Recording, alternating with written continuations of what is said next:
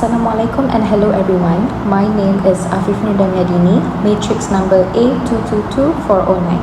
Today, my partner and I will be presenting our lesson plan design for the short story of Bunga, Telur and Bally shoes.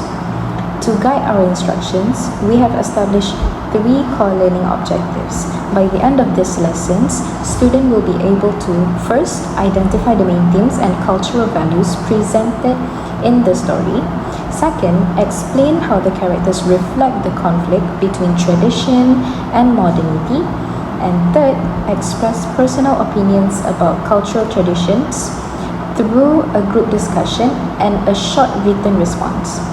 To engage the learners from the start, we designed a gamified digital slide presentation featuring an interactive learning tracker guide, led by our guide cat avatar, Kopi. We begin the pre-lesson by introducing the how to play slide. This sets up the objectives for the students in student-friendly gamified language, which balances a budget, tracking stress levels, and unblocking the main character's quest. Next, we present a relatable hook called the RN50 Survival Quest. We provide a real-life scenario where students have 60 ringgit worth of mandatory expenses, which is a friend's gift, field trip fees, and lunch money, but only a strict 50 ringgit budget. We will ask the class what they would sacrifice to solve this 10 ringgit deficit. Students will then interact with this visual stress gauge to voice out if they feel chill, sweaty, or panic about the deficit. This directly bridges to our transition slide, which is the boss difficulty level. We prompt the students with a big thematic question. If a minor 10 deficit makes them panic, how will the protagonist, Jamal, handle a massive traditional wedding deficit of over 5,000 ringgit? As a justification for this pre-reading stage, we chose the RM50 Survival Quest presentation because it effectively activates students' prior knowledge through a real-life budgeting scenario. By interacting with the stress levels early on, it encourages students to make predictions about the text while building their interest and curiosity before reading.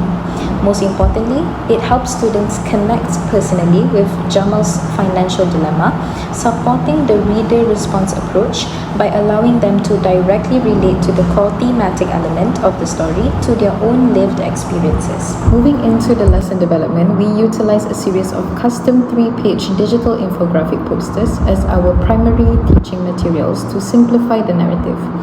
Poster 1 introduces the contrasting traits of Jamal, our practical but stressed protagonist, and Cousin Lan, who is obsessed with showing off luxury labels like Gucci and Bally. As the class reads pages 22 to 26, we project poster 2 to visually scaffold the text's financial conflict. It clearly contrasts Plan A, the expensive dream wedding, with Plan B, the budget-friendly wedding. The bottom section illustrates the cultural roadblock, which is Jamal's attempt to cut costs by using cheap hack sweets instead of traditional eggs, which causes a huge conflict with his sisters. We use these visuals to ask checkpoint questions about cultural expectations. For the climax on page 27, poster 3 maps out the great shoe swap. It highlights the transaction where Jamal sacrifices his prized Bally shoes to Len for 430 ringgit to secure the remaining wedding funds. Our justification for integrating these Canva infographic posters during reading is rooted in visual scaffolding. First, it uses clear visual aids to introduce characters and chart their complex relationships. Second, it simplifies the text plot and Jamal's heavy budgeting decisions, making abstract financial ideas much easier to understand through concrete visual representations. Furthermore, it explicitly highlights important literary elements such as theme, conflict, and characterization, while helping students deeply understand the cultural significance of the Bunga Telur. Assalamualaikum warahmatullahi wabarakatuh, and hi, my name is Nur Nadira Aini binti Zahri and my matric number is A222416.